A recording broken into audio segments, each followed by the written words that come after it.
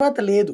చంద్రబాబు వచ్చిన తర్వాత మళ్ళీ మద్య నిషేధం ఎత్తేయడం కావచ్చు, లేకపోతే బియ్యం 5.5కి పట్టుకెళ్ళాడు కదా ₹2 కిలో బియ్యాన్ని.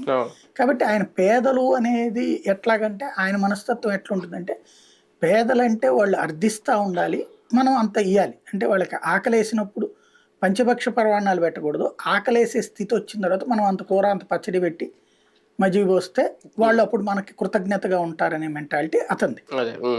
జగన్ ఎక్స్పెక్ట్ ఏంటంటే, ముందు వాళ్ళకి ఎందుకు ఇవ్వకూడదు మనం, దీంట్లో రెండో కోణం కూడా ఉంటుంది. మంది కాదు కదా ఇచ్చేస్తే పోలేదా అనేటువంటి కోణం కూడా ఉండొచ్చు. దాన్ని నేనేమి అలా ఉండదని చెప్పను. కాకపోతే అట్లా ఎందుకు ఇవ్వాలి వాళ్ళకి అనే మెంటాలిటీ ఏంది, ఎందుకు ఇవ్వకూడదు అనే మెంటాలిటీ.